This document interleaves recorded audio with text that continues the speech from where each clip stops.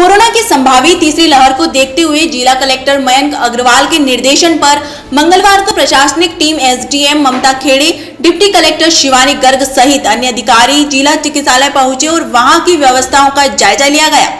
साथ ही साफ सफाई एवं अन्य सुविधाओं को दुरुस्त करने के लिए संबंधित चिकित्सकों एवं विभागों के अधिकारियों को निर्देशित किया गया।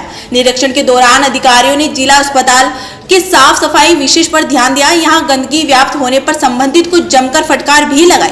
वहीं कई स्थानों पर डस्टबिन नहीं दिखाई देने पर भी नाराजगी जताई गई। इसके अतिरिक्त तो बेड की व्यवस्था, वार्ड का निरीक्षण, भोजन व्यवस्था, दवाइयों की व्यवस्था, अधिकारियों ने जाति और व्यवस्थाओं को सुधारने के निर्देश भी दिए गए। डिप्टी कलेक्टर शिवानी गर्बे ने जानकारी देते हुए बताया कि जिला कलेक्टर मयंक अग्रवाल के निर्देशन पर एसडीएम के मार्गदर्शन में जिला अस्पताल का निरीक्षण किया गया है। कोरोना की संभावित तीसरी लहर को देखते हुए यहाँ की व्यवस्था सुदृढ़ और सुव्यवस्थित की जानी है। साफ सफाई को लेकर विशेष ध्यान दिया गया है। इसके अतिरिक्त कोविड केयर सेंटर स्टाफ की व्यवस्था, दवाई की व्यवस्था, भोजन व्यवस्था, कॉल डायलिसिस मशीन रखने की व्यवस्था भी देखी गई। एसडीएम ममता खेड़े ने बताया कि कोरोना के मद्देनजर कलेक्टर के निर्देशन पर आज जिला अस्पताल का निरीक्षण किया गया है। हॉस्पिटल में पैरामेडिकल स्टाफ, चिकित्सकों की व्यवस्था और जो उपकरण है वह किस कंडीशन में है। इसके अतिरिक्त कोविड मरीजों के रखने की व्यवस्था भी देखी गई। जिला अस्पताल और प्रशासन के संभावित तीसरी लहर से निपटने के लिए तैयारी पूर्ण है। वेरिएंट की बढ़ती संभावनाओं को देखते हुए आज अस्पताल का निरीक्षण किया गया है, जिसमें विभिन्न प्रकार की व्यवस्थाएं एसडीएम मैम के मार्गदर्शन में हम लोगों ने देखी हैं, जिसमें हमारे कोविड केयर सेंटर और जो भी जितने पॉजिटिव केसेस आने की संभावना है उनको हॉस्पिटलाइज करने की व्यवस्था, ऑक्सीजन की व्यवस्था और बाकी अन्य व्यवस्थाएं जिसकी ज़रूरत होगी जैसे स्टाफिंग, वार्ड बॉय, साफ़ सफाई, उन सबका आज मुआयना किया गया है।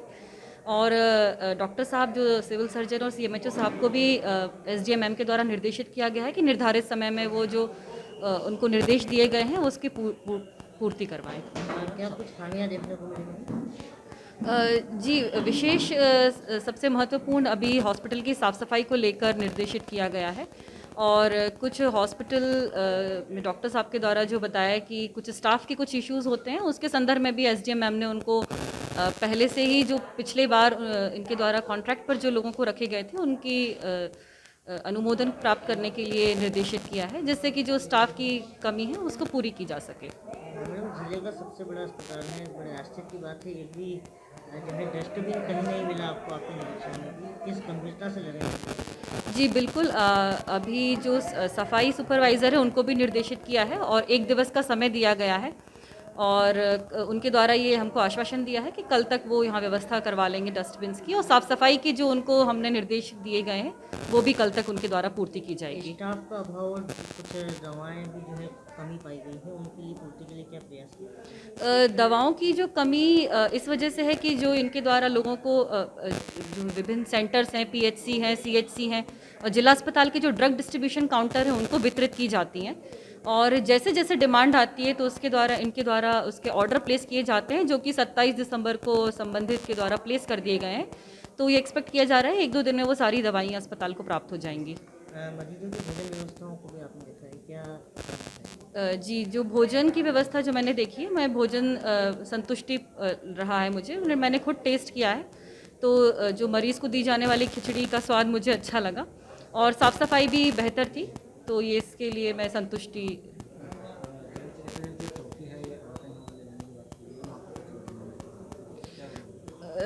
जी, इसके संबंध में डॉक्टर गांधी द्वारा बताया कि एक उनके पास डायलिसिस की मशीन है जो अभी फ़िलहाल यूज़ नहीं हो पा रही है, तो उसकी रखने की व्यवस्था के लिए विचार विमर्श किया जा रहा है कि उसकी रखने की व्यवस्था जल्द से जल्द की जा सके ताकि लोगों को उसका लाभ मिल सके। ओमिक्रॉन के तीसरी लहर जो सो कॉल्ड है वो, और इस समय कोविड केसेस चतुर्दिक बढ़ ही रहे हैं, पूरे देश में भी बढ़ रहे हैं। उसके अकॉर्डिंग कलेक्टर सर का निर्देश था कि हॉस्पिटल की व्यवस्थाओं का निरीक्षण करके और जो संभावित संकट काल यदि है कोई, उसकी आशंका के मद्देनज़र जो भी व्यवस्थाएं हैं उनको देखना है।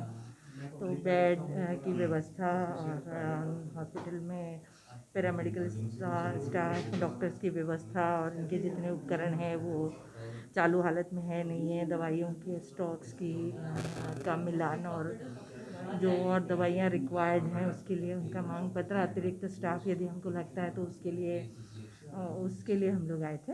और व्यवस्थाओं को यदि कोई संकट काल हमारे सामने है तो वो हम लोग एकदम से इसके लिए तैयार हो जाए, इसके लिए आज का ये निरीक्षण।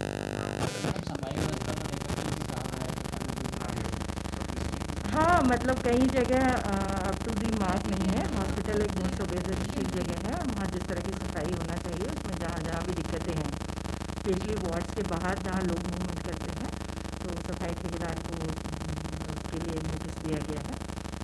इनकेस यदि कोई ज़रूरत हुई तो ज़रूर उसमें कार्रवाई की जाएगी।